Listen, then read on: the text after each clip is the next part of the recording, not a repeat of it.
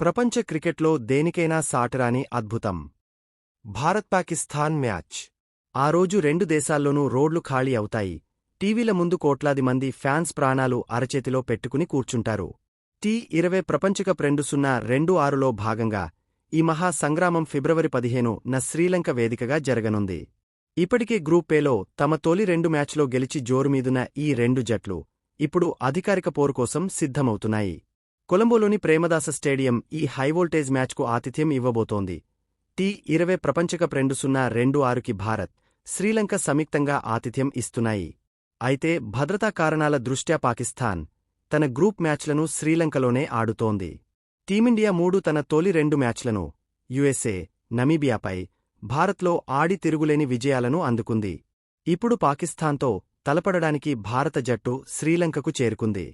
దాయాది జట్లు రెండు కూడా ఇప్పటికే రెండేసి విజయాలతో 4 పాయింట్లతో ఉండటం వల్ల ఈ మ్యాచ్లో గెలిచిన జట్టు నేరుగా సూపర్ 8 రౌండ్కు క్వాలిఫై అవుతుంది. టీ20 ప్రపంచకప్ చరిత్రలో పాకిస్తాన్పై టీమిండియాదే పూర్తి ఆధిపత్యం. ఇప్పటివరకు ఈ మెగా టోర్నీలో రెండు జట్లు 8 సార్లు ముఖాముఖీ తలపడగా భారత్ ఏకంగా 7 సార్లు విజయం సాధించింది. పాకిస్తాన్ కేవలం ఒక్కసారి 2021లో మాత్రమే గెలవగలిగింది.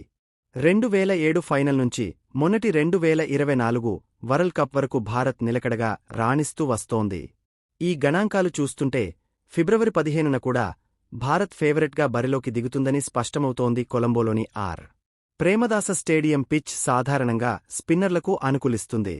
ఇక్కడ బంతి కొంచెం నెమ్మదిగా వచ్చే అవకాశముండటంతో మధ్య ఓవర్లలో కుల్దీప్ యాదవ్, అక్షర్ పటేల్ లేదా వరుణ్ చక్రవర్తి వంటి స్పిన్నర్లు కీలకం కానున్నారు. మరోవైపు పాకిస్తాన్ పేస్ద్వయం షాహీన్ ఆఫ్రిది, నసీం షా పవర్ప్లేలో వికెట్లు తీయాలని చూస్తారు. అయితే భారత టాప్ ఆర్డర్ ఫామ్లో ఉండటం, ముఖ్యంగా సూర్యకుమార్ యాదవ్ కెప్టెన్సీలో జట్టు ఐక్యంగా ఉండటం భారత్కు ప్లస్ పాయింట్. ఈ హైవోల్టేజ్ మ్యాచ్ ఫిబ్రవరి 15 ఆదివారం నాడు జరుగుతుంది. సాయంత్రం 6:30 గంటలకు టాస్ వేస్తారు. మ్యాచ్ సరిగ్గా రాత్రి 7 గంటలకు ప్రారంభమవుతుంది.